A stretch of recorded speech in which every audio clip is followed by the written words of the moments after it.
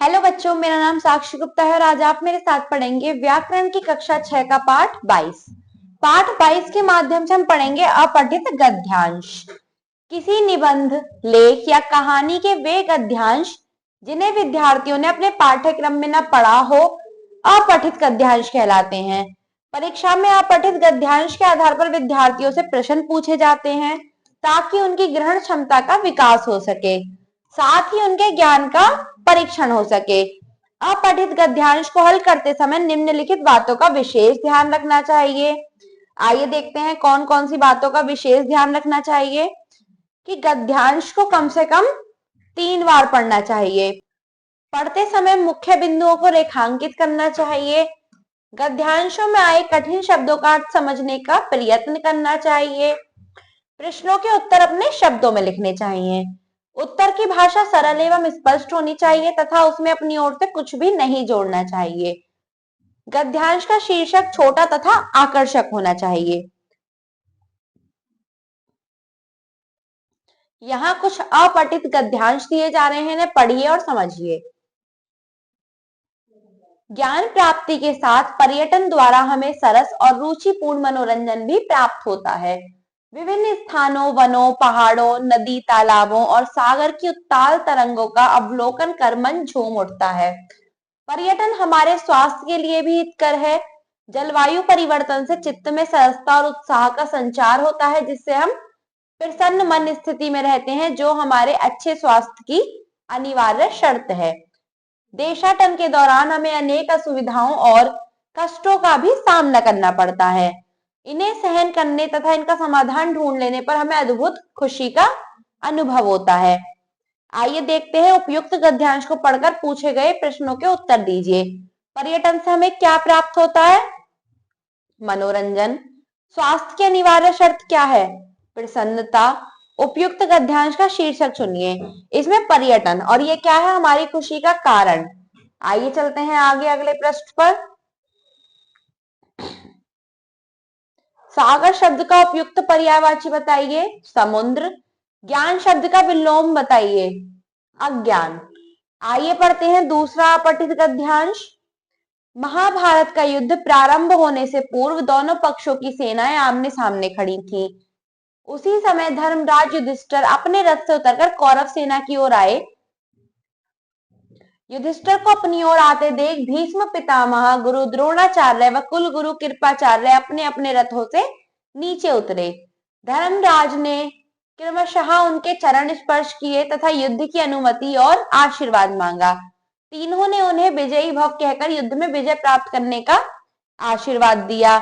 यह देखकर दुर्योधन भीष्म पितामह पर क्रोधित होते हुए बोला, सेनापति तो आप हमारे हैं और विजयी होने का आशीर्वाद आप युधिष्ठिर को दे रहे हैं। पितामह ने उसकी बात का उत्तर देते हुए कहा, यह तो सृष्टि का नियम है कि जो झुकेगा वही पाएगा। उन्होंने कहा, यदि तुम भी अपने बड़े भाई युधिष्ठिर के चरण स्पर्श करते तो वह भी तुम्हें विजयी होने का आशीर्वाद देता, परंतु अहंकार ने तुम्हें ऐसा नहीं करने दिया। उपयुक्त गद्यांश को पढ़कर पूछे गए प्रश्नों के उत्तर दीजिए। युधिष्ठिर युद्ध प्रारंभ होने से पूर्व कहाँ गए और क्यों? युधिष्ठिर युद्ध प्रारंभ होने से पूर्व कौरव सेना की ओर भीष्म पितामह, गुरु द्रोणाचार्य व कुलगुरु कृपाचार्य से युद्ध की अनुमति और आशीर्वाद मांगने गए। भीष्म पितामह, गुरु द्रोणाचार्य तथा कुलगुरु कृपाचार्य ने युधिष्ठिर को क्या दिया? भीष्म पितामह, गुरु द्रोणाचार्य तथा कुलगुरु कृपाचार्य ने युधिष्ठिर को विजयी होने का आशीर्वाद दिया। दुर्योधन पितामह पर क्यों क्रोधित हुए? भीष्म पितामह ने युधिष्ठिर को युद्ध में विजयी होने का आशीर्वाद दिया था, इसी बात पर दुर्योधन भीष्म पितामह पर क्रोधित हुआ। दुर्योधन के क्रोधित होने पर पितामह ने उसे क्या समझाया? दुर्योधन के क्रोधित होने पर पितामह ने उसे समझाया कि सृष्टि का नियम है कि जो झुकेगा वही पाएगा। अगला गद्यांश देखिए। आधुनिक युग विज्ञापन का युग कहा जाता है। समाचार पत्रों के अतिरिक्त रेडियो तथा टेलीविजन भी विज्ञापन के सफल साधन हैं। विज्ञापन का मूल उद्देश्य उत्पादक एवं उपभोक्ताओं में सीधा संपर्क कराना होता है। इन विज्ञापनों पर धन तो अधिक व्यय होता है, परंतु इनसे बिक्री बढ़ जाती है। ग्राहक जब इन आकर्षक विज्ञापनों को देखता है तो वह वस्तु विशेष के प्रति आकृष्ट होकर उसे खरीदने को मजबूर हो जाता है। उपयुक्त गद्यांश को पढ़कर पूछे गए प्रश्नों के उत्तर दीजिए। प्रश्न है कि विज्ञापनों का मूल उद्देश्य क्या होता है? विज्ञापनों का मूल उद्देश्य उत्पादक तथा उपभोक्ताओं से सीधा संपर्क स्थापित करना होता है। आइए चलते हैं अगले प्रश्न पर। आधुनिक युग में विज्ञापन के कौन से 3 साधन हैं? समाचार पत्र, रेडियो, टेलीविजन विज्ञापन के 3 प्रमुख साधन हैं। उत्पादक विज्ञापनों पर धन का व्यय क्यों करता है? उत्पादक विज्ञापनों पर धन का व्यय इसलिए करता है क्योंकि इससे वस्तुओं की बिक्री बढ़ जाती है। ग्राहक पर विज्ञापनों का क्या प्रभाव पड़ता है? ग्राहक जब किसी वस्तु के विज्ञापन को देखता है तो वह उस वस्तु के प्रति आकर्षित होता है तथा बाद में उसे खरीदता है। उपयुक्त गद्यांश का उचित शीर्षक लिखिए। शीर्षक है विज्ञापन। अब करने की बारी।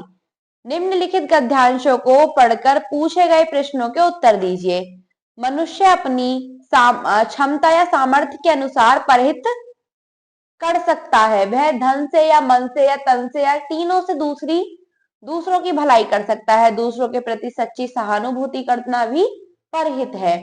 किसी को संकट से बचाना, किसी को कुमार्ग से हटाना, किसी दुखी और निराश व्यक्ति को सांत्वना देना भी परहित के अंतर्गत आता है। भगवान राम ने ऋषि मुनियों की तपस्या में भंग डालने वाले राक्षसों का संहार किया।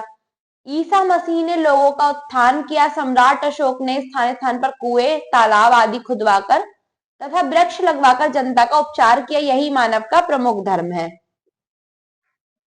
परहित से आप क्या समझते हैं? दूसरों का हित।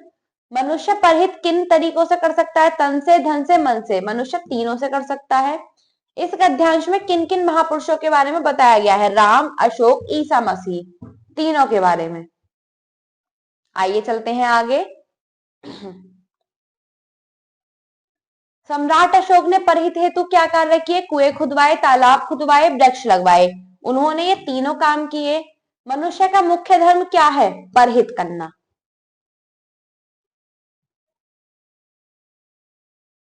आइए चलते हैं आगे। वर्तमान काल में शिक्षा से नारी जगत में नई क्रांति आ गई है।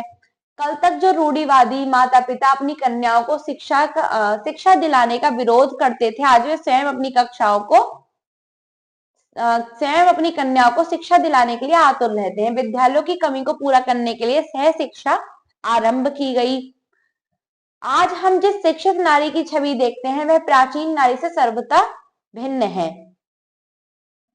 आज की नारी पुरुष के समान जीवन के हर क्षेत्र में पर्दापण कर चुकी है। आज की भारतीय नारी को अपने प्राचीन आदर्शों को भूलकर फैशन और आधुनिकता की चकाचौंध से दूर रहकर अपने पावन कर्तव्यों को पूरा करने का संकल्प लेना चाहिए।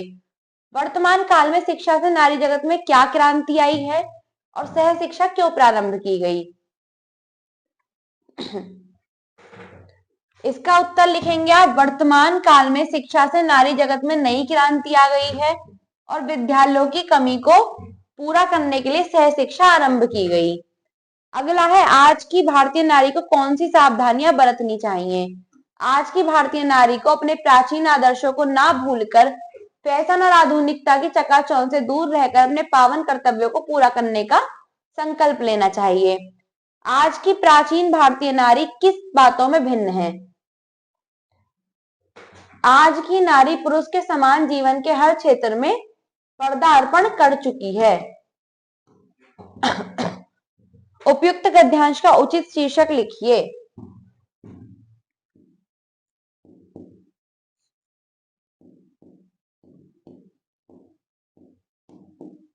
नारी शिक्षा।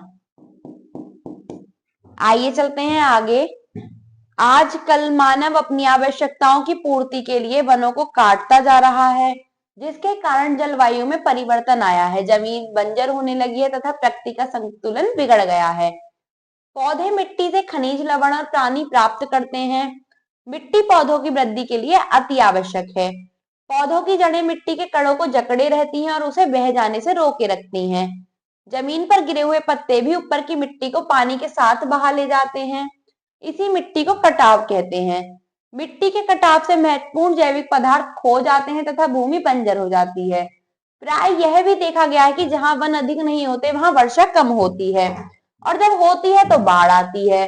बाढ़ के कारण एक और हानि यह होती है कि मिट्टी बह बहकर जल स्रोतों में जमा हो जाती है, जिससे उनकी गहराई कम हो जाती है।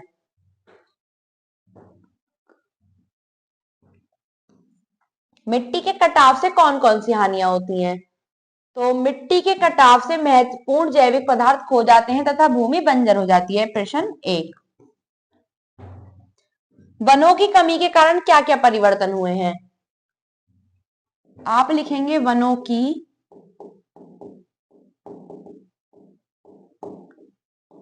की कमी के कारण जलवायु में परिवर्तन आया है, जमीन बंजर होने लगी है तथा प्रकृति का संतुलन बिगड़ गया है। प्रश्न 2, प्रश्न 3, मिट्टी का कटाव किसे कहते हैं? जमीन पर गिरे हुए पत्ते भी ऊपर की मिट्टी को पानी के साथ बहा ले जाते हैं, इसी मिट्टी को कटाव कहते हैं। उपयुक्त गद्यांश का उचित शीर्षक लिखिए। वनों का महत्व। इसी के साथ आपका ये पाठ पूरा होता है। आप इसे अपनी अभ्यास पुस्तिका और उत्तर पुस्तिका में पूरा कर लेंगे। धन्यवाद।